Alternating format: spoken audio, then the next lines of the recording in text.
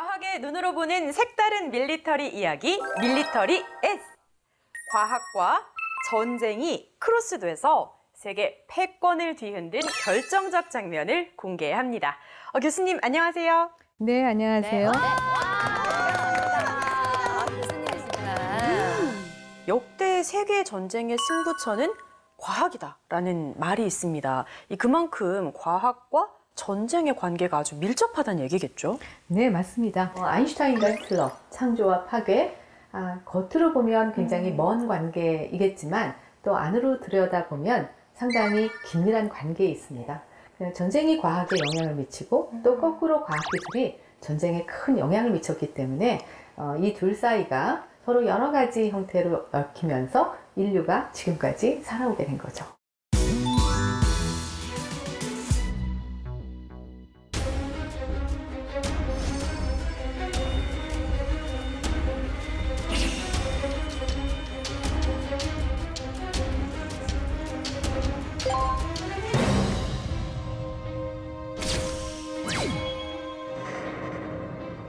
와, 아니 교수님, 오늘 주제 영상을 봤는데 저는 보기만 해도 막 숨이 콱 막히는 것 같은 공포심이 막 들거든요. 화학 무기가 정말 무서운 게 많은 양이 아니라 단 한 방울만으로도 엄청난 살상력을 가지고 있는 거잖아요. 네, 맞습니다. 화학 무기를 흔히 빈자, 가난한 자의 핵무기라고도 그렇게 부르기도 합니다. 생산 비용이 일단 굉장히 쌉니다. 화학 무기가 한 1제곱킬로미터, 굉장히 넓은 지역이죠. 네네. 거기를 오염시키는데 $5에서 $6면 충분히 생산이 가능하다고 합니다. 소리도 없고 보이지도 않는 이 공포의 화학 무기 언제 처음 사용된 걸까요? 1915년 4월에 2차 세계대전 때 이 화학 무기가 인류 역사에서 처음으로 등장을 했습니다.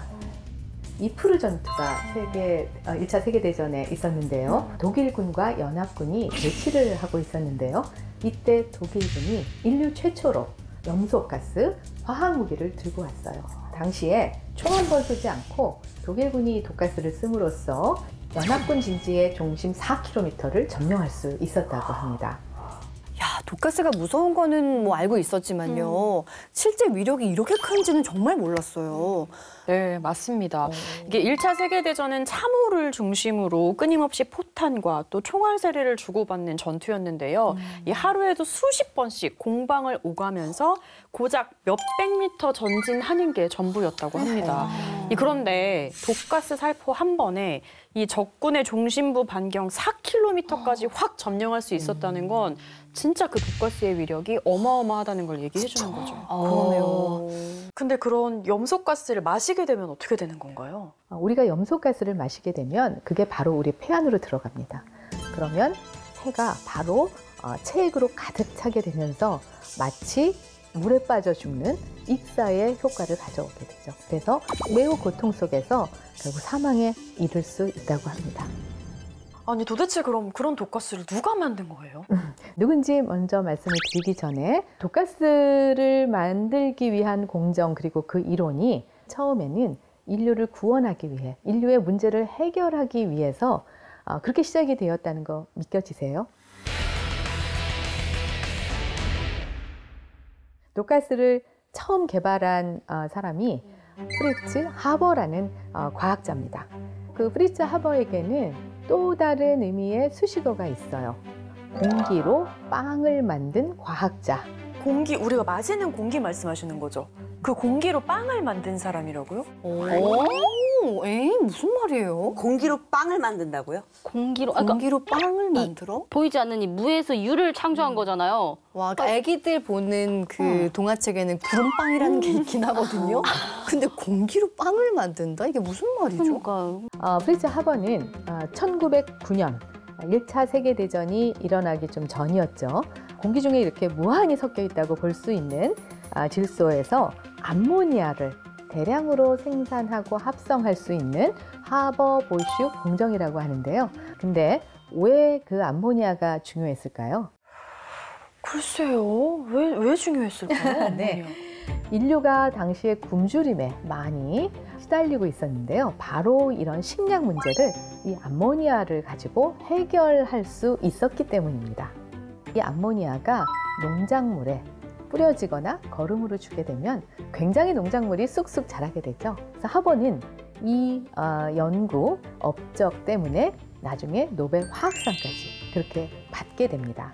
만일 이 질소 비료가 이 하버 보쉬에 의해서 개발되거나 연구되지 않았다면 아마 한 20억 정도는 기아로 굶어 죽었을 수도 있다라는 그런 통계나 얘기가 있을 정도입니다. 와, 근데 참 아이러니하게도 이렇게 사람을 살리기 위해서 인류를 먹여 살릴 수 있었던 어떤 생명의 물질이 사람을 죽이는 살상 무기가 된 거잖아요. 네, 굉장히 역설적이고 아이러니한 일이죠. 이 질산염이 비료의 핵심 물질로 쓰이기도 하는데 그대로 독가스에도 적용이 된 겁니다. 1차 세계대전 전쟁 중이었으니까 과학자들도 과학을 이용을 해서 더 효과적으로 인명을 살상할 수 있는 무기를 개발하라 하는 명령을 받게 되는 거죠. 이거 약간 독일군이 이렇게 총 이렇게 하고 야, 너 만들어내! 이렇게 협박해서 하게 된 거 아니에요? 물론 과학자 중에는 그런 일들을 거부한 과학자들도 있기는 합니다. 그런데 이 하버의 경우는 보다 좀 더 적극적이고 본격적으로 본인이 약간 자발성을 가지고 이런 전쟁에 참여하게 되는데요. 당시의 독일군이 과학자들로 이루어진 과학기술 부대를 운영합니다. 그 부대의 장이 된 거죠. 그러면서 독가스 개발에 본격적으로 연구에 매진을 해서 그 결과 탄생을 한 게 아까 말씀을 드린 인류 최초의 화학 무기인 염소가스가 됩니다.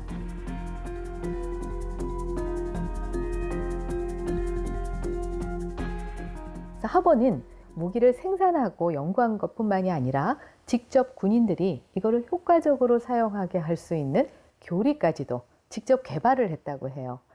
그리고 이 프로 전투에 이 독가스를 동원을 하면서 직접 나가서 진두지휘를 하고 어떻게 쓰면 좋을지 이런 것들을 옆에서 다 조언을 할 정도로 굉장히 적극적으로 전쟁에 가담하고 독가스를 사용하는데 큰 역할을 했다라고 보시면 됩니다. 독가스의 독가스의 아버지. 식량 위기로부터 인류를 구한 영웅이기도 했지만 대량 살상 무기로 많은 사람을 죽인 전범이기도 한 거네요. 네. 이 시기부터 과학자들이 직접 무기를 개발하고 전장을 이기는데 동원을 하고 썼다라는 그런 상징적인 사건입니다. 당시에는 굉장히 적극적으로 열심히 전장에 동참을 했지만 그 말년으로 가면서 이 문제 때문에 굉장히 괴로워했던 그런 기록들이 좀 있습니다. 하버의 부인도 독일에서 굉장히 유명한 여성 화학자였습니다. 그런데 남편이 이런 독가스 개발에 적극적으로 동참하고 직접 이거를 실행했다라는 것 때문에 이프르 전투가 벌어진 직후에 이 부인이 자살했다라고 알려지고 있습니다. 네, 1차 세계대전은 화학전이라고도 할 수 있을 만큼 굉장히 많은 화학 무기들이 사용된 것으로 알고 있는데요. 염소가스 말고도 어떤 무기들이 사용이 됐나요? 사실은 염소가스보다 더 독한 가스가 있습니다. 포스젠이라고 하는데요. 이 포스젠이 등장을 바로 이어서 했습니다. 이게 뭐 가스에 노출되자마자 사망하는 것도 문제지만 이게 중독되면 또 어떻게 되는 거예요? 이게 뭐 마비 증상 같은 뭐 신체적인 문제가 생기는 걸까요? 우리가 마시게 되면 폐 안에 화상을 입게 되는 거예요. 사망하지 않다 하더라도 심부전증, 또 폐에 물이 차는 폐부종, 만성기관지염 이런 온갖 나쁜 병 이런 게 바로 후유증으로 남게 될 수 있는 겁니다. 그리고 아마 겨자가스라고 들어보셨을까요? 네. 예, 겨자가스는 주로 먼저 피부에 손상을 주게 됩니다. 굉장히 심각한 수포, 화상을 입은 것 같은 그 수포를 만들게 되죠. 그러면 온몸이 수포로 덮인 거 한번 상상을 해보세요. 그래서 이런 겨자가스 역시 병사들이나 민간인들한테 굉장히 말 못할 고통을 주면서 죽음에 이르게 하거나 굉장히 심각한 후유증으로 그런 피해를 주었다고 합니다. 와, 이 겨자가스도 역시 1차 세계대전에 연합군과 독일군의 전투에서 등장을 해서 사용되기 시작을 했습니다. 한쪽이 쓰니까 다른 한쪽도 역시 같이 쓸 수밖에 없을 거고요. 그래서 영국군이나 프랑스군도 곧이어서 바로 또 화학무기를 들고 나왔죠. 1차 세계대전 전체를 통해서 약 13만 톤 정도의 독가스가 살포가 됐고요. 100만 명 이상의 병사들이 다치거나 또 중독이 되거나 후유증을 겪었다고 해요. 아니 근데 화학무기가 이게 다가 아닐 거 아니에요. 사실 이런 화학무기가 1차 세계대전에 쓰이면서 이것을 더 이상 쓰게 하면 안 되겠다 이런 생각을 하지 않겠습니까? 해야죠. 네, 그러면 1925년에 제네바 의정서라는 게 각국 간에 체결이 됩니다. 질식이나 독성가스 이런 사용을 이제 모든 나라들이 금지하자라고 약속을 하게 되지만 이게 끝까지 잘 지켜질까요? 꼭 약속 깨는 사람들이 네, 일단 한번 개발의 박차가 이제 가해졌지 않습니까? 그러면 이것보다도 더 강한 화학무기, 독가스가 나올 수밖에는 없겠지요. 1차 세계대전 때 쓰였었던 그런 독가스보다도 훨씬 더 독성이 강한 것들이 줄줄이 등장을 하게 됩니다. 보통 G 계열의 사린, 타분, 소만. 저 살인가스는 들어본 적 있는 것 같아요. 네, 일본 지하철 테러, 독가스 테러 이런 얘기 들어보셨나요? 맞아요. 거기서 제가 살인가스. 네, 맞습니다. 1995년도에 일본 지하철 출근길이었죠. 당시에 옴 진리교 교주에 의해서 무차별 이 살인, 독가스, 살포, 테러 행위가 있었습니다. 이때 쓰였었던 살인가스가 만일 공중에 한 4, 5kg, 그렇게 많은 양이 아니죠. 4, 5kg 정도가 살포가 되면 몇 분 안에 수십만 명 정도가 바로 죽을 수 있다고 합니다. 어머, 세상에 너무 끔찍한데요? 무섭다. 완전 그 핵무기에 버금가는 피해가 발생하는 거잖아요. 그 정도로 이렇게 강력한 이런 독가스가 전쟁 그리고 민간 테러 이런 데에서도 지금까지 쓰여진 사례가 있습니다.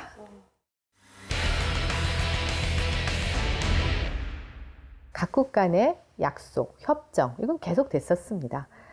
가장 또 최근에는 1993년에 화학무기 금지 협정 CWC라고 하는데요. 이게 채택이 됩니다. 그런데 이 세계 대부분의 나라가 화학무기 금지 협정에 가입을 해 있겠죠. 우리나라도 역시 마찬가지로 가입을 하고 있습니다. 그런데 전 세계 중에서 현재 딱 4개 나라만이 이 가입을 하지 않고 이거를 거부했습니다.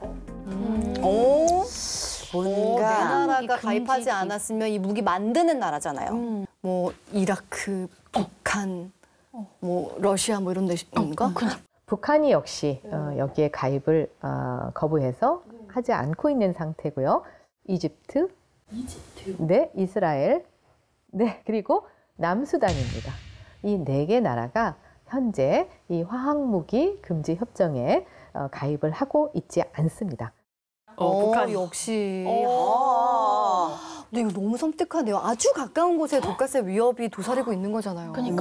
전쟁과 과학의 역사 이렇게 봤는데 사실 염소가스, 독가스 과거 전쟁에서만 있는 일이다라고 생각했는데 이 화학무기의 위협이 현재 진행형이라는 걸 오늘 교수님 말씀을 들으면서 좀 알 수가 있었습니다. 잘 쓰면 약이 되고 잘못 쓰면 독이 된다는 말이 있잖아요. 이 하버가 발명한 암모니아 그리고 다양한 화학무기들이 그런 게 아닐까 싶었습니다. 네, 맞습니다. 네, 다음 시간은 또 어떤 이야기를 나눌지 굉장히 기대가 되는데요. 전쟁과 과학의 크로스, 다음 시간도 기대해 주세요.